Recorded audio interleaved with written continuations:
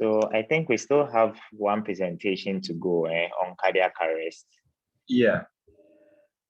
So we'll try and do that probably within the week. Okay. All right. Okay.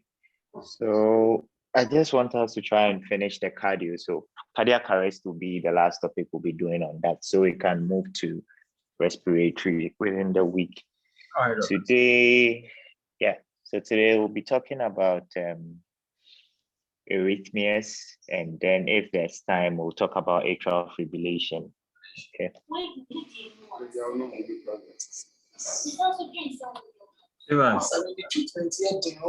Evans, please mute your microphone. Thank you. All right, so we will start with the arrhythmias, and then we'll finish up with the atrial fibrillation. So we can open to the arrhythmia slides. My power has gone off, so if I try sharing from my phone directly and then lecturing, I think we would have an unstable network. So yeah, I apologize. Yeah. So when you look at the lecture outline, we'll try to define what an arrhythmia is. We'll look at what usually brings about arrhythmias.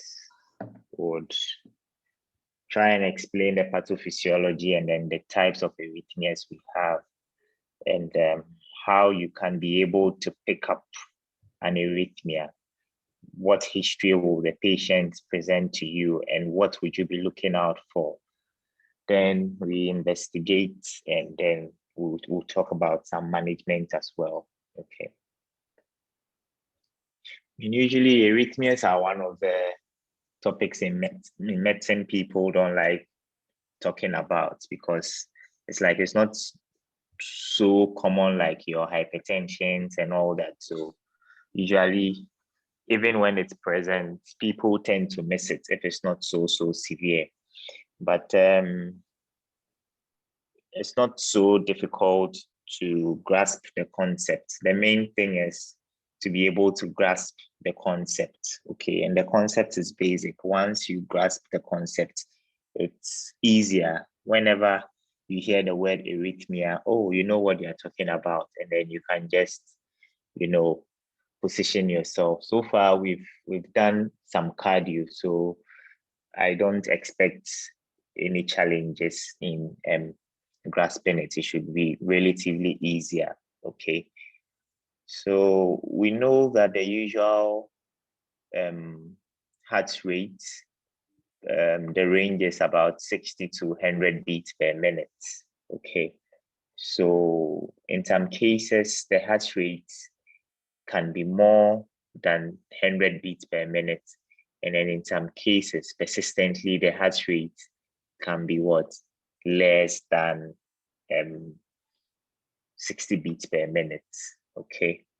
So the term given to a heart rate higher than 100 beats per minute is tachycardia. And then term given for a heart rate less than 60 beats per minute is bradycardia. So once we know that you have a range you are looking for, we expect that most of the time the heart rate you record would be within this range. Once you go above, then we'll start looking for the cause for that. Most of the time you find a cause for that. Once it goes below, you also tend to look for a cause for that, okay? Once we are talking about arrhythmia, apart from the fact that we are talking about a heart rate here, we expect that when the heart beats should be regular. So usually when you put a stethoscope on a patient's, should I say, the mitral area, okay, and then you try to listen to the way the heart beats. You put a stethoscope to the apex of the heart. You try to listen to the way the heart beats. You would hear the usual pum, pum, pum, pum. So, and the sound is usually regular, okay? That is what we are supposed to get. We are supposed to get a rhythm that is regular. So in a case whereby you have a patient who is coming to you and has an irregular rhythm, okay, you tend to think about an arrhythmia. So basically, arrhythmia looks at rate and then rhythm. Sometimes the rhythm might be fine, but then the rate would be abnormal. You classify that as an arrhythmia. Sometimes the rate is okay, but then the rhythm is very abnormal. You classify that as an arrhythmia. Sometimes you have both rate and then rhythm being abnormal, okay? So when you look at the definition, it's simplified. It's basically an abnormality in the cardiac rate and in the rhythm. And we all know the rate 60 to 100, and we know that the rhythm is supposed to be what? Regular. So once you have an abnormality in the rate or in the rhythm, we say you have some form of arrhythmia. The next thing is to be able to tell the kind of arrhythmia you have. And this will be dependent on the rates and then the rhythm. Okay, so we'll be seeing that very soon. So arrhythmias, I mean, some of them are manageable, but sometimes, okay, can lead to heart failure or even sudden death. So the way you handle arrhythmias are very, very, very important, because if you miss an arrhythmia, your patients can end up having a complication of the arrhythmia, and then you would end up losing the patient. Okay. So when you take a look at the slide, you realize that I stated that there are two main types of arrhythmia. Okay, all the other types are subtypes, okay, of the main types. So the main types, you have slow arrhythmia or fast arrhythmia. So slow arrhythmia, as the name suggests, is what's bradyarrhythmia. And then fast arrhythmia is what tachyarrhythmia. So whenever you hear people say, oh, patient has a bradyarrhythmia, bradyarrhythmia is basically a general term for an arrhythmia that is what has a slow rate. So an arrhythmia with a rate less than 60 is bradyarrhythmia. An arrhythmia with a rate way, way more than 100 is a tachyarrhythmia. Okay. Let's try and go down to the basics, and it brings us to the physiology. Once we grasp this concept here, it makes it easier. We are talking about heart rate and then heart rhythm. Okay. So when you take the heart as a mechanical structure, it also has an electrical component. The electrical component is what is, you need the electrical component to keep the heart firing and then the heart beating. Once you lose the electrical component of the heart, the mechanical structure would also will fail. The heart will be unable to pump. So the electrical component is very, very, very vital. Okay, so basically the electrical components, you've got some form of nodes which are connected, and then you have some form of nerve tissue which basically spreads out to supply various aspects of the heart. Okay, so when you look at the electrical component of the heart, the natural pacemaker of the heart is what we call the sinoatrial node or the SA node. Okay, pacemaker, because that is what dictates, or that is what tells us how your heart should beat. So if the pacemaker says that your heart should beat slowly, your heart is going to beat slowly. If the pacemaker says your heart should beat faster, your heart is going to beat faster. So the pacemaker, okay, and in this case, the sinoatrial node is what would basically influence or tell us how your heart should beat, okay. And so in some cases, you hear stories of, oh, this patient has a pacemaker in situ. It's because the natural pacemaker has failed to work.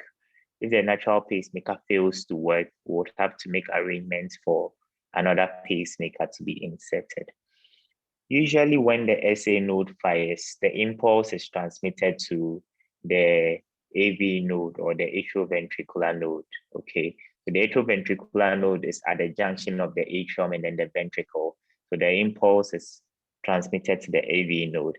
And then from the AV node, the impulse will what get down and then was basically spread to the bundle branches and then the Purkinje fibers. And as you can see, the Purkinje fibers are split. They go through the thick or the muscular layer of the heart. Okay.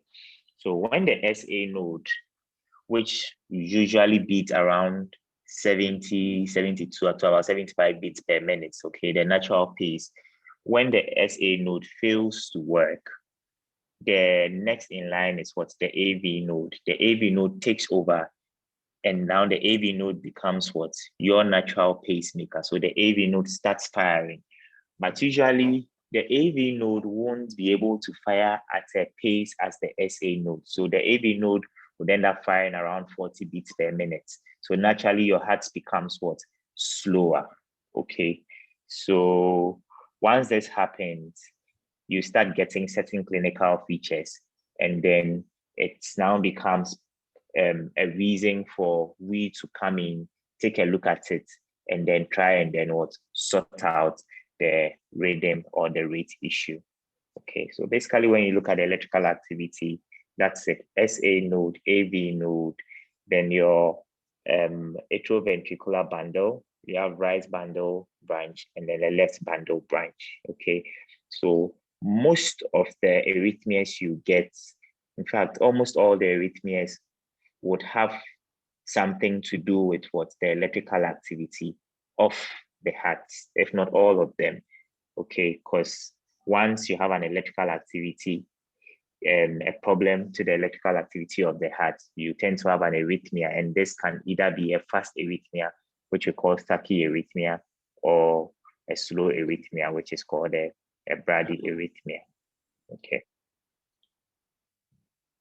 So I put in a picture of a normal ECG. Okay. So when you take a normal ECG, there are some things on it that would tell you that, all right, okay, you are dealing with a normal heart, or, oh no, there's a problem with this aspect of the ECG. So most likely there's an issue with the heart. Once you take the ECG, you can see something like the very first wave, what we've written the P wave, which looks like a small mountain. Okay, you can see a P wave. Then next to that, there's a peak or something like an arrow, what we call the QRS complex. Okay, so it starts from Q, it goes up to R, and then it comes down to S. Then from that, there's another peak, what we call the T wave. And then you have the last part, which we call the U wave. Okay, then the process starts again. P wave, QRS complex, T wave, U wave. Okay, all these waves stand for something. So when you take your ECG and you see any abnormality with any of the waves, you know that, oh, this is the problem. The problem is coming from this side. So usually what you should keep in mind is that the P wave works for what? The atrium, okay, the upper chambers. The QRS complex, okay, works for what? The ventricles, basically, okay. And then T wave also has something to do with the ventricles. U wave, up till now, we don't really know the main thing that it does, okay. But whenever you have a transmission of impulse and then the atriums contract, then you have a P wave. And you know the heart is in such a way that the atrium contracts, pumps blood into the ventricles, and the ventricles contract and pumps blood into the lungs or the systemic circulation. So whenever the atrium contracts, a P wave is generated, okay? Then after that, the ventricles will contract, and then a QRS complex is generated. Then after that, you have a period whereby the ventricle would relax, or it sort of becomes what's repolarized, and that is where you have what we call the T wave. Okay, so P wave stands for atrial depolarization, which causes atrial contraction. QRS complex, ventricular depolarization, which causes ventricular contraction. And then the T wave is basically repolarization of the ventricles. Okay. So you should have this in mind. So if you take an ECG and you expect to see a P wave and you're not seeing a P wave, then it means you have a problem with the what? The atrium. You get it? If you expect to see a QRS complex, you are not seeing a QRS complex, then it means the ventricle is what? Not contracting, probably. Okay.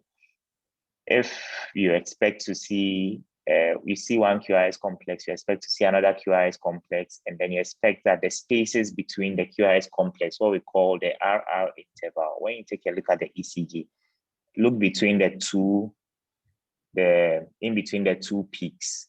Okay, the interval there is called RR interval. Ideally, you expect that the interval should be regular, but if you realize that one interval is longer than the other, then it means what you are having is what? Some form of what? An irregular heartbeat. Okay, so then this patient has some form of arrhythmia. So that is how you usually assess your ECG. At a basic level, know what your P wave is, and when you see a P wave, what it stands for. Okay, atrial contraction. Know what a QRS complex is. That is like the peak over there. When you see it, what does it stand for? Ventricular contraction. Okay, T wave means that the ventricle is basically what's relaxing. Then the RR interval is an interval between what? Two of the QRS complexes, and you can assess the heart rate using what? The RR interval. Okay, are we okay? Yes, doc. All right, okay, thank you. So that brings us to the pathophysiology of arrhythmias. So what is like behind the cause of an arrhythmia? I mean, we'll be seeing when you come down, you see etiology of arrhythmia, where you see a lot of cardiac diseases. So hypertensive heart disease can cause and can lead to an arrhythmia. So if hypertensive heart disease here means that you have long-standing BP, and as I discussed in class, your ventricles will try to push against the blood pressure, especially the left ventricles. Then the left ventricles become hypertrophied, and then eventually there's poor blood flow, then it loses the muscle mass. So that is hypertensive heart disease. Okay, so this can lead to what? Heart failure. Okay, so hypertensive heart disease, ischemic heart disease, where you have poor blood flow to some parts of the heart. I just remembered you have a presentation on ischemic heart disease too. I haven't forgotten. So two more. All right. Then there's rheumatoid heart disease. Okay. And then rheumatic heart disease, sorry. Then you have your cardiomyopathies, pericardial disease, pulmonary embolism. All these diseases over here would, one way or the other, can result in an arrhythmia, which means it can result in you having what?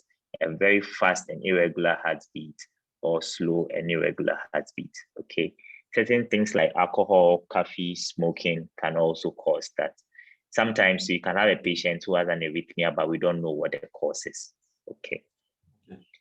So basically, the pathophysiology is based on the electrical activity. Everything is based on the electrical activity. Okay, so what will cause you to have an arrhythmia? Okay, so if you have any issues with the sinoatrial node or atrioventricular node, or the bundle, or maybe the right or left bundle branch of Purkinje fibers, you are going to have some form of issue with your heart rate. The first pathophysiology they talked about, there's accelerated automaticity.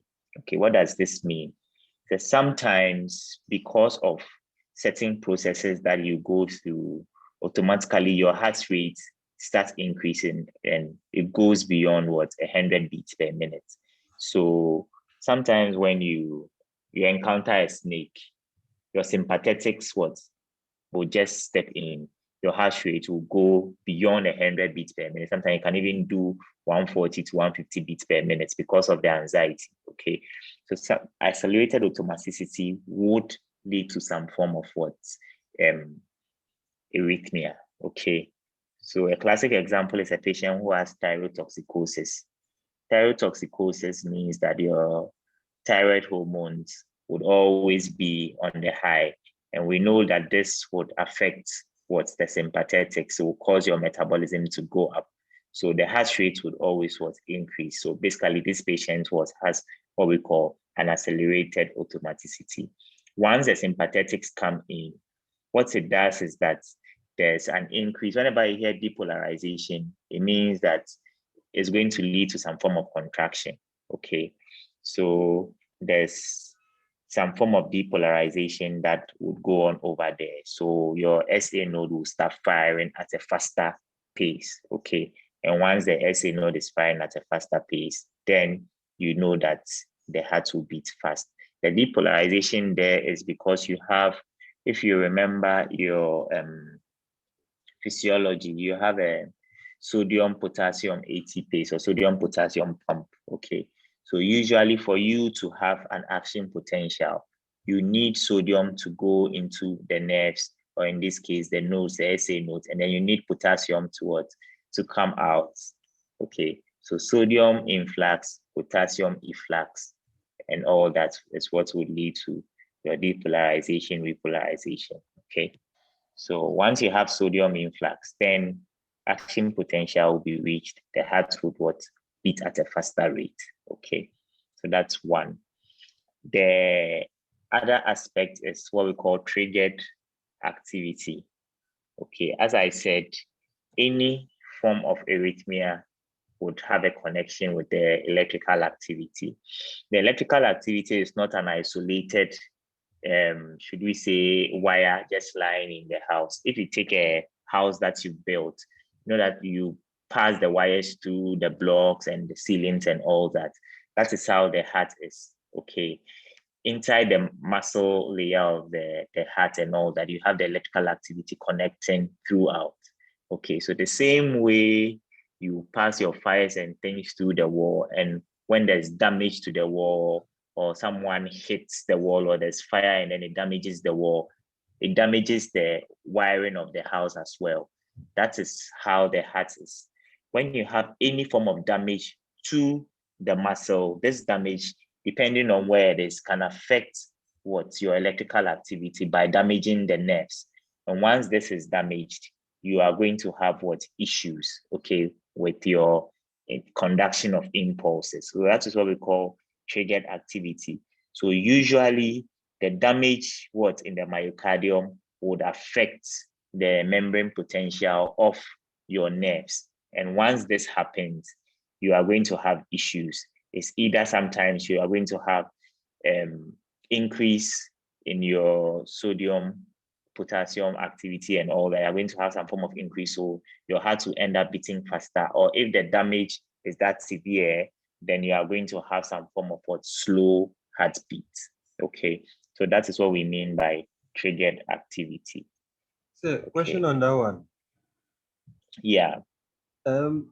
Is it more or less something like trauma to the heart, or? Yes. So basically anything that causes some form of trauma to the heart would predispose you, or can predispose you to an arrhythmia. Okay. So that once you've got a trauma and you've got the damage to the myocardium, what is happening is that sometimes the nerve become exposed, okay, in a way. So it's like, the nerves need to have like some covering and all that. They become exposed. So sometimes as there's an electrical activity and all that, the part that is damaged, even if you don't expect that, it's just like, okay, good example, it's just like having a naked wire. Okay. Ideally, the wire shouldn't shock you if it has it's well insulated. But once it becomes exposed, the slightest thing, it can generate an electrical shock because it's just exposed. So as soon as water touches it, it can just generate an electrical shock. That is what happens here. Once you've got a damage to the myocardium, the electrical activity becomes compromised. The nerves can sometimes become exposed, and whilst on their own, they can just undergo some oscillation and just trigger some action potential and then cause the heart to beat abnormally. Okay. So there's basically there's some form of triggered activity. Ideally, you're not supposed to have that kind of abnormal heartbeat, but because you've got a damage there and it's affected the way the nerve should function, the nerves become erratic and then they can just beat anyhow. Worst case scenario, if the damage is that severe and it's affected the nerve and it's affected the impulse transmission, then it means the heart rate is going to be slow. But if it's just something partial, then it will behave erratic and then it will just be firing irregularly and sometimes at an abnormal pace. Okay. Okay, Doc. Yes, the last one there is re-entry. Okay, this one is a bit complex or confusing, but it shouldn't. Ideally, we expect that when the heart beats, it generates, the SA node will generate the impulse. It moves to the AV node, as I said. Then it comes through the septum and then flanks out to the left and right.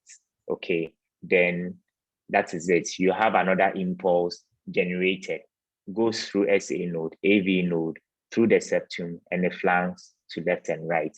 Ideally, that's what is supposed to happen. Okay, but sometimes when you got a damage in the myocardium, okay, once the SA node generates, passes through the AV node, passes through the septum, and is getting to the right and left, depending on where the damage is. When it gets there, ideally you expect that the electrical signals would go through and then you have a new one generating. But this time, the electrical signals will go through and hit the point where the damage is. So just picture the damage as maybe a circle or maybe a patch on probably the left side.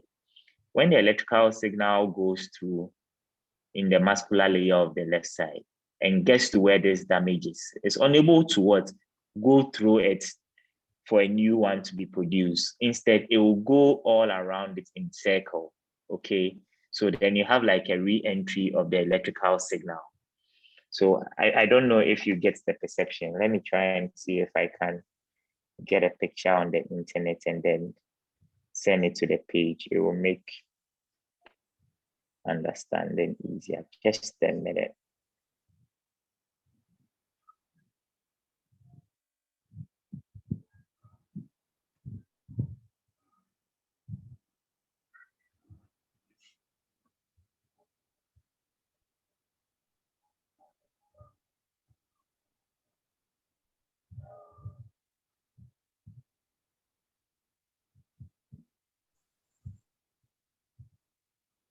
Okay, Nick, please, I've sent you a picture. Okay.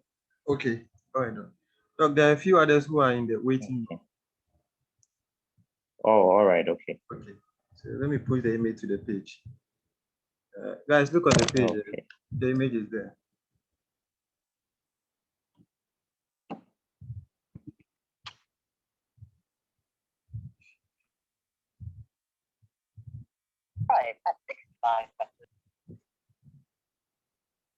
All right. So have you seen the image? Yes, Doc. Good. So you can see from here that the SA node will basically generate some impulse. It gets towards the AV node. And then from the AV node, you have the impulse basically going to the left and then the right. Ideally, that's what you're supposed to have. Okay. But look at your left side at the upper aspect. You can see some round thing over there, like something going around. Exactly.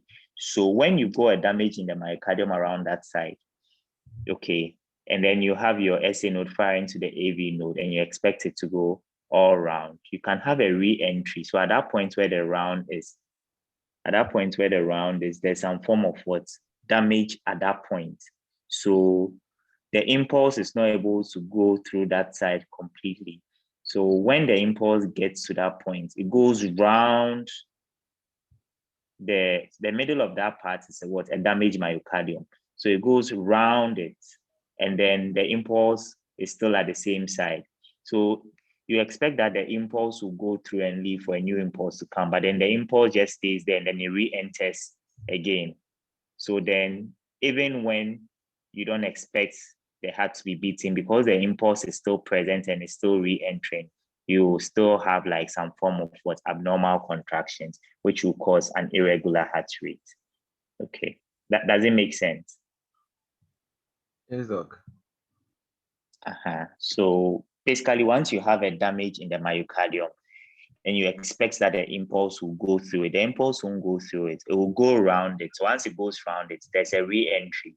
So you say that the electrical activity fails to what dissipates. It just goes around and just stays there. You have a new electrical activity coming, it goes around and stays there. So constantly there's something going around there, and that would affect your rhythm. Okay. More like a short circuit. Sort of. Okay. So you'd have something of that sort. So basically, that's what we are talking about. I think call will drop. I don't know. I think in the next few minutes. The next two. Yeah. So we are now going to move on to the types. Okay, the actual subtypes of bradyarrhythmia and then tachyarrhythmia. Okay, it's not difficult. So I'll just end it here, and then I would restart the session again.